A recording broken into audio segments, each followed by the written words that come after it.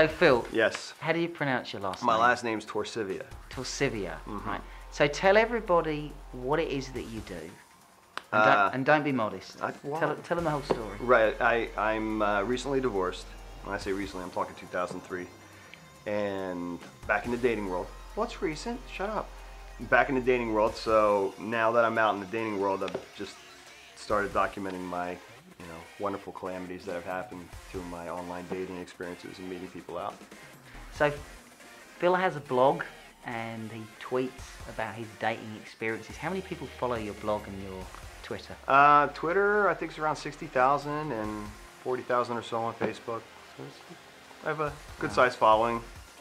That's a good size amount of people that want to follow Phil and his dating journey. So why did you decide to create this dating blog? I just, you know how you need an outlet sometimes, you're going through, so many crazy things, and that's what I was going through with dating. I needed an outlet, so I started, it was back when Facebook first started gaining popularity, so I started documenting what was going on my dates on Facebook, and I changed enough of the facts that I didn't get shot. But as people were starting to read them, they started suggesting to me, you should compile these into a book and publish a book about it, just to be funny. So that's what got me into it. I started that in 2007 and 8 with my writing, and I think the first book came out in 2009. Tell everybody about the book you've written. Well, there's a number of them. I write. Tell them about the book that arose from the blog. Yeah, the first one was called Such a Nice Guy, and that actually came... That's called Such a Nice Guy. Sounds like a shameless plug here, and it is. But it's sarcastic, like all my writing is, because that's how I get introduced often. Like if someone's trying to hook me up with someone, like you're trying to hook me up with one of your girlfriends, like you got to meet my buddy Phil. He's such a nice guy, And usually when you hear that, you think, okay, yeah, but what's the but? Such a nice guy, except for he's, whatever it could be. So I always thought it was funny that the way people introduce other people as being nice, it's just like it's just a way to describe someone innocently without giving any offense.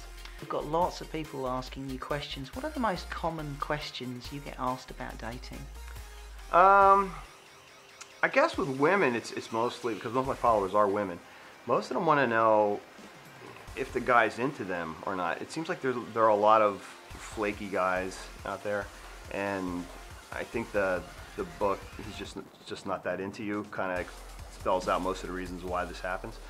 But that's usually what it is, where it's like, I gave the guy my number and he didn't call me for like 3 days. What's that all about? And then all of a sudden, he sent me a text like 11 o'clock at night one night. What does that mean? I'm like, well, he wasn't that interested in you, but he has no other options, so now he's got your number and he's thinking, if I text this girl now, maybe I'll get laid. So the majority of people that follow you are women trying to understand men? Mostly, yes. And I'm not sure that I'm the expert, on this. In fact, I know I'm not. But at least I can give them a giggle or two on the way, to figuring out. And I think, some women actually do get some decent insight from me, just because I give them an honest take. I don't fluff things. I tell them, I think this is probably what it is. He's just not into you, or he's married, or whatever the case. If you had to give it 3 dating tips, what would they be? 3 dating tips. Yeah, 3 dating tips. What would they be? Yeah, first thing would be get yourself in the right place first, which means physically and mentally. First of all, if you have any ex-boyfriends you're hanging on to, ex-husbands, crushes, and that shit, and clear yourself so that you don't have the distractions and the comparisons going on, because the guy's gonna be able to tell, right? So that's the first thing. Second thing I would recommend is get yourself like a makeover somewhat, and like present your best self. Get your hair done, get your teeth whitened, make sure your clothes fit you well. You want to really be, something that'll really impress the guy when he shows up. And you'll probably feel better about yourself, which is almost more important. Exactly. Isn't it? If you feel good, you're going to project good. Yeah, and it doesn't necessarily cost a lot. Just a little teeth whitening, a little, whatever it takes. Hair coloring, haircut, fresh haircut. Don't overdo it. I don't need you to go get a boob job and anything like that, but I think you want to put your best self out there. And then the third thing I would recommend is don't be concerned with telling people what you want, especially men in general have no clue. Men only know what they've learned from previous girlfriends, right? So the next girl I meet, if she's exactly like all the girls I recently dated, I'll be in a good place. If she's not, I'm screwed. So that's why the girl needs to give the guy directions, even though he'll be the first one to tell you he doesn't need them. He does need them. Give him directions. Tell him, this is what I like. This is a big turn off. This is a big turn on. And then, if he has all those parameters to work with, then he can say, look, I can do the things you want me to do, and I can avoid the things that turn you off. So, but he has to know them. Great answer. And it sucks guessing. Nobody wants to guess. We talked about one of your first books. Tell us about another one of your books. Well, the interesting thing lately, I've worked on the 50 Shades of Grey parodies that I've written. And I'll be the first to admit, I saw the popularity of E.L. James's books, and I saw it as an opportunity to ride her coattails, so to speak, and by making a humorous twist on her story.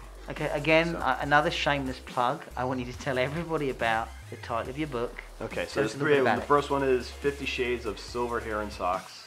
The second one is 50 Shades Shadier, because her book is 50 Shades Darker. And my third book is 50 Shades F, E-F-F-E-D. So, yeah, I tried to write the stories parallel with her stories as far as, how they flow. I try to use some of her style. Some people say her books look like they're written by a 14-year-old with some of her. And I think it's just, I can't put down anything she's done because I think she's brilliant. I think she's a genius, and I think what she's done, for anyone to say, what she's done is anything but excellent would be deluding themselves, because she's sold 50+ million books worldwide. 50 million books? Yeah, she sells 75,000 a day. So it speaks a lot to how she wrote them, the subject of dominance and all the sexuality that's in the books.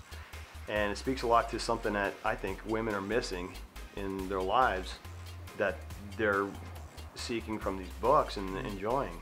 I mean, when she wrote these books, some of the first reviews, they called them, the books were targeted towards women between the ages of about 30 and 50 years old. Yeah. Is that about right? Sure.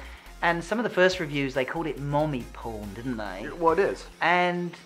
But the fact that 50 million people, 50 million women bought, or certainly a large percentage of that, bought this book, says that there is something, there's a spark of romance, of mystery, of excitement in a lot of people's lives. Right. Well, she saw the popularity of the Twilight books, and so I think she based her story in the American Northwest. She wanted to parallel some of the Twilight story because she saw the success of that. So I think it was a brilliant strategy. But yeah, like you said, there's something that women, and some women hate it too. So it's not all women. Yeah. It's great. If I get a chance, read the reviews on Amazon of her first book. For every 5-star review, you'll see a 1-star review. 50 Shades of Grey. Yeah, women.